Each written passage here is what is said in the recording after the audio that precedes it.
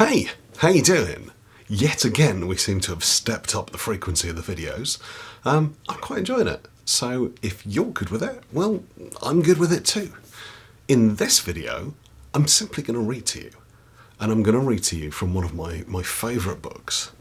One I've not mentioned for some time. It's this book here. This is Self-Defense, or The Art of Boxing, by Professor Ned Donnelley. This is a 4th edition, and it was published in 1880.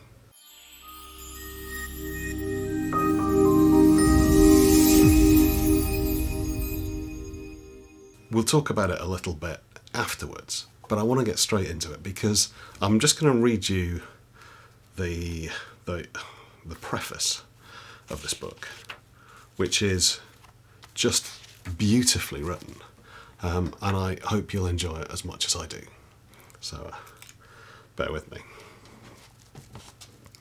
In presenting to the public a book on the subject of the art which I pursue and profess, I think it necessary to explain, for the information of those who do not know me, the basis of my claim to their confidence as an authority on the noble English art of self-defence. He who would teach must first have learned, and in boxing, a man learns best under the serious responsibility of actual encounters in the prize ring. A man who has boxed only with the gloves on and has never had experience of a real fight can be considered only as an amateur. Though he may possibly be a good amateur, the boxer who may fairly claim to be a professional is the one who has practically encountered the dangers and the difficulties of fights with good antagonists. The prize ring is now extinct. The prizes have disappeared, but the lessons remain, and I may claim public confidence on the ground that a career commenced in the ring has been successfully continued, and still continues, in the boxing school. At the early age of 17, my young enthusiasm for the fistic art had already led me to commence the study of boxing, but I did not actually taste the hardships, dangers, toils and triumphs of the ring until 1864, when in my 20th year I was matched for the first time. I was trained carefully at Barnet, and in the month of January 1864 I met in the roped ring and there defeated Styles of Paddington. My first fight occupied 16.5 minutes and was happily finished in 10 rounds. My next opponent was Tom McKelvey, who I fought and beat in July 1866. In this fight, I fought for an hour with my right arm disabled, in consequence of my antagonist falling upon me and putting out my shoulder. Only my left arm was left to me, and upon this single weapon I had to rely. Tom Sayers was reduced to a similar condition in the immortal fight with the giant Heenan. My second fight lasted 1 hour and 21 minutes and was finished in 21 rounds.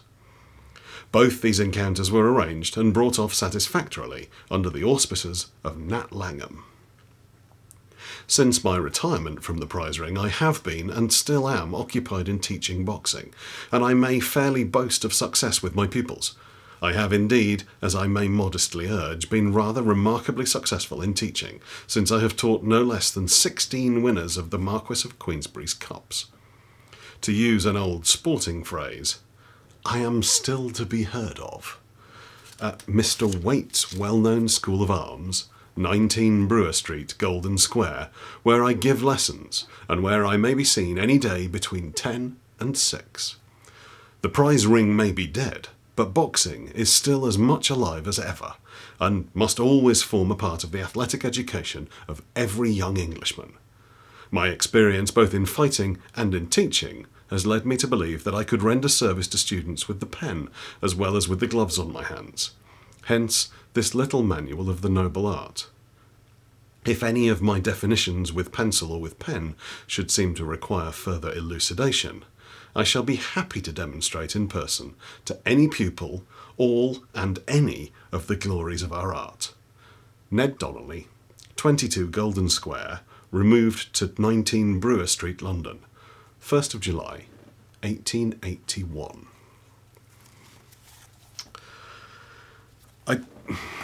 It's not quite as flowery language as a lot of the works we've read, but there's something equally beautiful about it. It's this real lovely snapshot of time. As he put so eloquently, he was fighting across the point where the London prize ring finished and the Marquis of Queensberry's rules began. And that transitional era created a very, very specific style of fighting. And Ned Donnelley was hugely sought after as a coach because of the way he taught. And these books are... They're not hard to come by. There are a lot of editions of it because it was hugely successful. But even though there are quite a lot out there, they do tend to be relatively expensive when you compare them to the other kind of boxing books that are out there. So if you do get the opportunity to get a copy of this, please do. The only other thing I want to say about what we've just read before we stop is that he mentions weight. You may have come across John Musgrove weight before if you follow Matt Easton on the Schola Gladiatoria channel, because it's weight sabre system that Matt teaches in his classes at Schola. And Waite taught sabre and Donnelley taught boxing in the same rooms, in much the same way that John Jackson and Henry Angelo taught in the same rooms some 50, 80 years earlier. I should have researched that number. I don't know. When was Jackson teaching? I don't know. Stick something in the comments. Yeah, let me know what an idiot I am. And thank you so much for getting to this point of the video. Really appreciate it. And I'll see you soon. Take care.